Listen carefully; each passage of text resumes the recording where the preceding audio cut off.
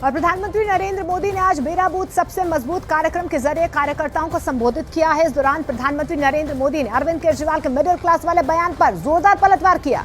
उन्होंने कहा कि आम आदमी पार्टी ने मध्यम वर्ग को सिर्फ मुश्किलें और परेशानियां ही दी हैं। उन्होंने आम आदमी पार्टी पर निशाना साधते हुए कहा है कि दिल्ली में शराब तो मिलती है लेकिन पानी नहीं।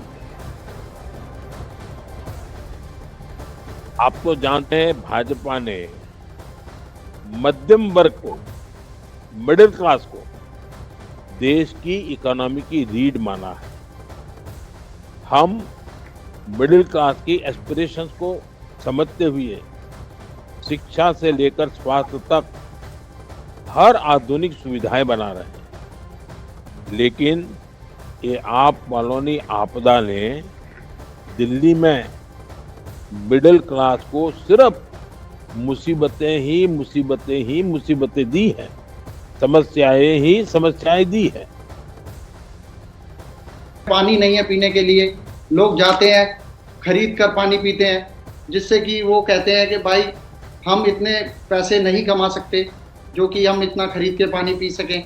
और काफ़ी गुहार लगाते हैं कि भाई हमारे गली मोहल्ले में पानी नहीं है, टूटी नालियां हैं, सड़कें भी टूटी हुई हैं। यानी शराब तो मिलता है, पानी नहीं मिलता है। हाँ जी, हाँ जी।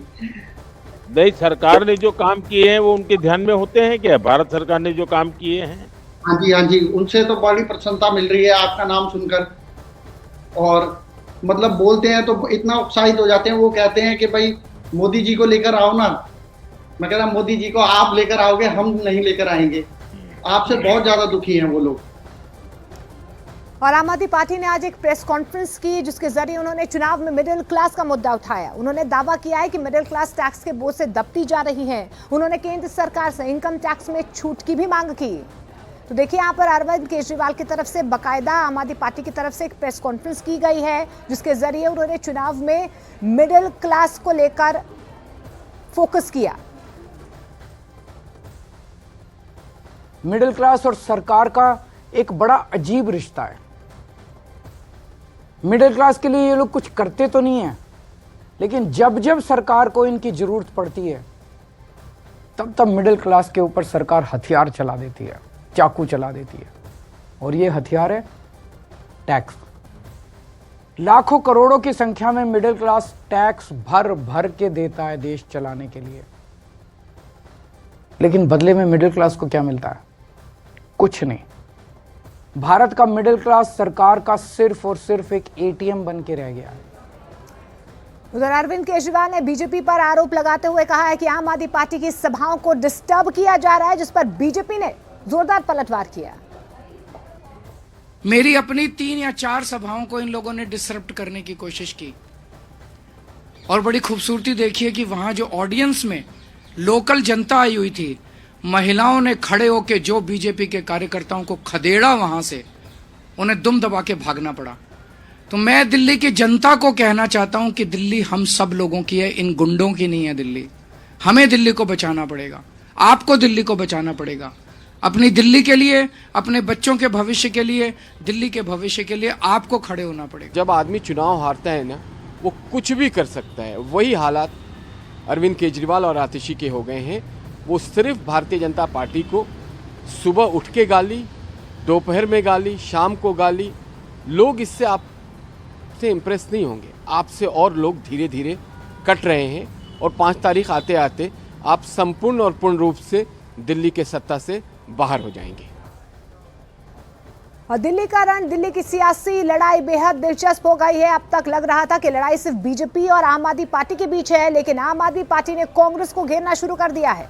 जिस गठबंधन ने लोकसभा में साथ मरने जीने की कसम खाई थी, उस गठबंधन की दरार दिल्ली विधानसभा चुनावों में साफ तौर पर नजर आ रही है। दिल्ली की सियासत को इन 3 बयानों से आपको हम समझाने की कोशिश करेंगे।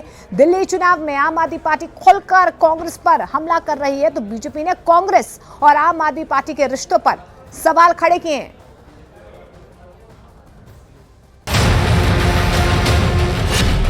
लोकसभा के साथ ही विधानसभा में बने दुश्मन। दिल्ली के सियासी दंगल में कांग्रेस से भिड़ी आग। दिल्ली की सियासत में कभी ताकतवर पार्टी रही कांग्रेस पिछले 2 विधानसभा चुनाव में अपना खाता तक नहीं खोल पाई। दिल्ली की सत्ता में वापसी के लिए इस बार राहुल गांधी ने ताकत लगाई है, लेकिन दिल्ली में पार्टी के लिए वोटों का जुगाड़ कर सके उससे पहले ही आम आदमी पार्टी ने उन्हें घेर लिया, तो बीजेपी ने एक साथ कांग्रेस और आम आदमी पार्टी दोनों को लपेट लिया। अब कांग्रेस बीजेपी की गोद में जाके बैठ गई है।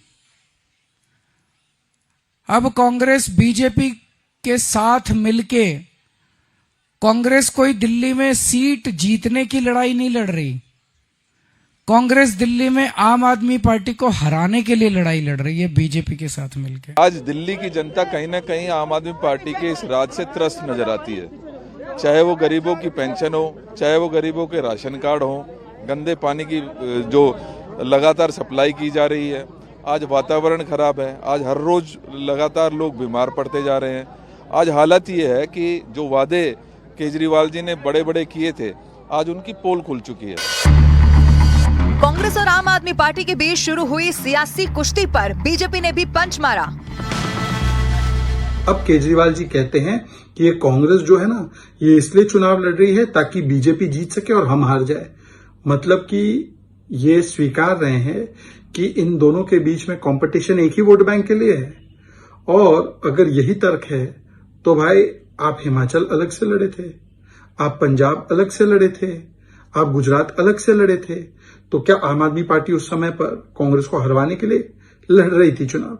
एनीवे, इनका रिलेशनशिप बहुत ही कॉम्प्लिकेटेड है, इसको कहे तो सिचुएशनशिप है।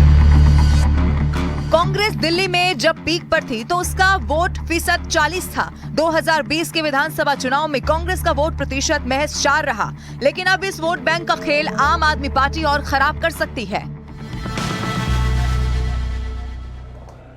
और बीजेपी के परवेश मरवा के लगाए गए आरोपों पर भी सियासत गर्मा गई है। आम आदमी पार्टी ने सिखों के अपमान का आरोप लगाया है, जिस पर बीजेपी ने जमकर पलटवार किया। गंभीर बात है, आप सिख समाज के लोगों को आतंकवादी कह रहे हैं, आप पंजाबियों को आतंकवादी कह रहे हैं, आप शहीद आजम भगत सिंह के वंशजों को आतंकवादी कह रहे हैं वो 26 जनवरी के लिए खतरा है, जिन्होंने अपनी प्राणों की आहुति देके इस देश को आजाद कराया, जिन्होंने पाकिस्तान के युद्ध में अपनी कुर्बानियां दी। आप उस सिख समाज को, उस पंजाबी समाज को गालियां दे रहे हैं, कह रहे हैं वो गणतंत्र दिवस के लिए खतरा है। उनके कहने की बात है, क्योंकि उनको साफ दिखाई दे रहा है कि दिल्ली अब उनके हाथ से निकल गई है, इसीलिए वो हर प्रकार के झूठ बोलने का पूरा उपक्रम कर रहे हैं। मैंने बार बार कहा है कि झूठ अरविंद केजरीवाल के डीएनए में है, तो इसीलिए वो जब भी बोलेंगे वो झूठ बोलेंगे जिस झूठ के सिर और पांव नहीं है।